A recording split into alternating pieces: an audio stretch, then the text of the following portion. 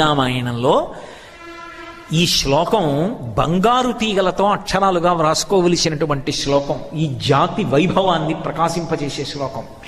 క్షమాదానం. అమ్మ, లోకంలో ఆ దానం చేశాం ఈ దానం చేశాం అంటారు, గొప్పదే. అసలు నిజమైన దానం ఏదో తెలుసా? గొప్ప దానాలు చేసిన వ్యక్తిగా కీర్తింపబడేవాడు ఎవడో తెలుసా? మహాదాత అని కీర్తింపబలిచిన వాడు ఓర్పు కలిగినవాడు. తాను కోపాన్ని పొందడానికి కావలసిన శక్తి ఉన్నవాడయ్యుండి అవతల వారిని ఇబ్బంది తన శాపము చేత పెట్టగలిగిన వాడయ్యుండి కూడా అలా చెయ్యకుండా నిగ్రహించుకుని ఓర్పుతో పావు కుబుసాన్ని విడిచిపెట్టినట్టు కోపాన్ని విడిచిపెట్టి నిలబడిన వాడున్నాడే, వాడమ్మా దాత. వాడు చేసిన దానం ఎవరు చెయ్యరు. ఎందుకని మీరు ఆలోచించండి. వాయువుని వీళ్ళు